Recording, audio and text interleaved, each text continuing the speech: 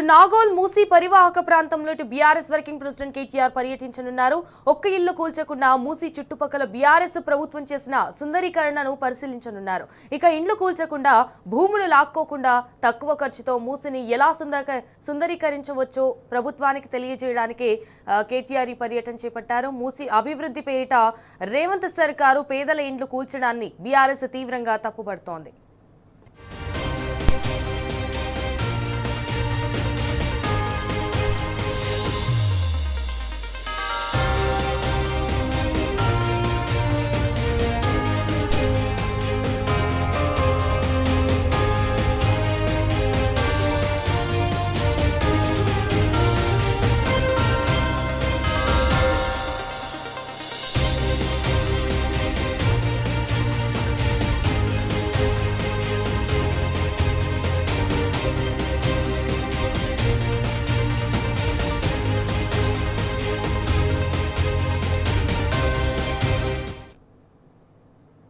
Will go back to మా ప్రతినిధి Kiran live ద్వారా అందించడానికి అయితే సిద్ధంగా ఉన్నారు. రైట్ కిరణ్, ఇటు మరి కాసేపట్లో అయితే మూసీ పరివాహక ప్రాంతాల్లో కేటీఆర్ పరిశీలన చేయనున్నారు. సో దీనికి సంబంధించిన అప్డేట్స్ ఏంటి?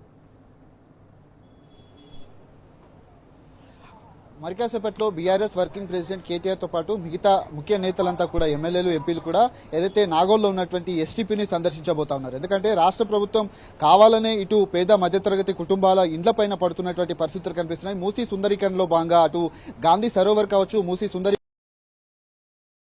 మూసీని సుందరీకరిస్తామంటూ కూడా రాష్ట్ర ప్రభుత్వం గొప్పలు చెప్పుకుంటుంది. అయితే ప్రధానంగా ఈ ఎస్టీపీలు ఏదైతే ఉందో ప్రస్తుతం ఉన్నటువంటి నాగోల్లో ఉన్నటువంటి ఎస్టీపీ అనేది చాలా భారీ ప్రాజెక్టు.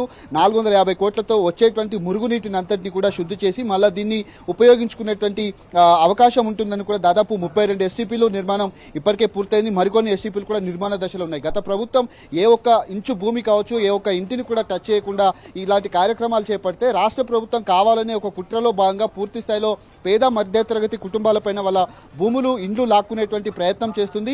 అయితే అతి తక్కువ ఖర్చులోనే నాగోల్లో ఉన్నటువంటి మినీ శిల్పారామం కావచ్చు, అంతేకాకుండా ఉన్నటువంటి మూసీ పరివాహక ప్రాంతాల్లో ఉన్నటువంటి కొన్ని ప్రాంతాలన్నింటినీ కూడా అభివృద్ధి చేయాలనే లక్ష్యంతో పేద మధ్యతరగతి కుటుంబాలకు సంబంధించినటువంటి ఏ ఒక్క ఇల్లును కూడా స్వాధీనం చేసుకోలేదు గత ప్రభుత్వం. అయితే ఇప్పుడున్నటువంటి సిచ్యువేషన్లో రాజేందర్ నగర్ నుంచి మొదలుకొని అటు గండిపేట నుంచి మొదలుకొని ప్రస్తుతం ఉన్నటువంటి నాగోల్ మినీ శిల్పారామం ఏదైతే ఉందో వీటన్నిటినీ కూడా సందర్శించి పూర్తి స్థాయిలో ఈరోజు అతి తక్కువ ఖర్చుతో ఏర్పాటు చేసినటువంటి మినీ శిల్పారామం కావచ్చు, ఇది ప్రస్తుతం ఉన్నటువంటి ఎస్టీపీ ఏదైతే ఉందో మురుగునీటిని శుద్ధి చేసేటువంటి కేంద్రాలు నగరంలో దాదాపు 32 కేంద్రాలను ఏర్పాటు చేశారు.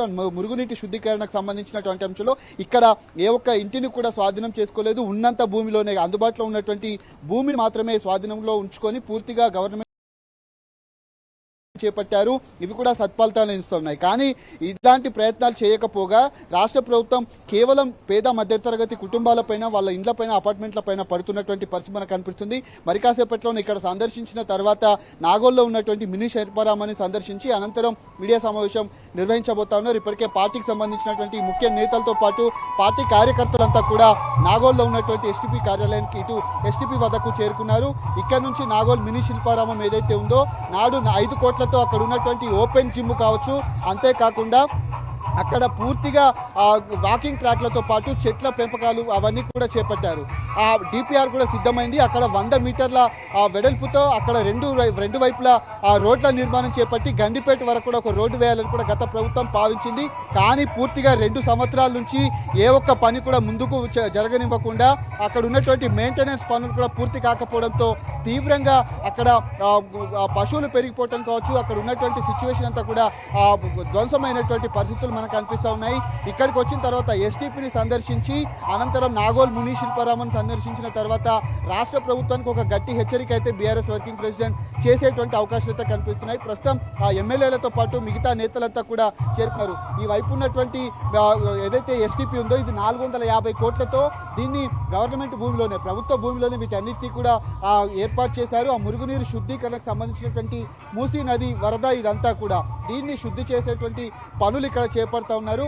ఇక్కడ నుంచి నేరుగా ఆ మినీ శిల్పారామం వెళ్తారు. అయితే నగరంలో దాదాపు 90 ఎస్టీపీలు నిర్మించాలని కూడా మాజీ ముఖ్యమంత్రి కేసీఆర్ అనుకున్నారు. 32 ఎస్టీపీలు పూర్తయ్యాయి. మిగతా ఎస్టీపీల నిర్మాణం కూడా చేపట్టాల్సి కొంత పరిస్థితుల కారణంగా కొంత అధికారం కోల్పోవడం ప్రభుత్వం అధికారంలోకి వచ్చింది. కానీ ఇప్పటి వరకు ఒక ఇంచు భూమి కూడా ఇంచు భూమిలో కూడా ఒక ఇటుక పెట్టి కట్టినటువంటి దాఖలాలు అయితే మనకు కనిపించట్లేదు.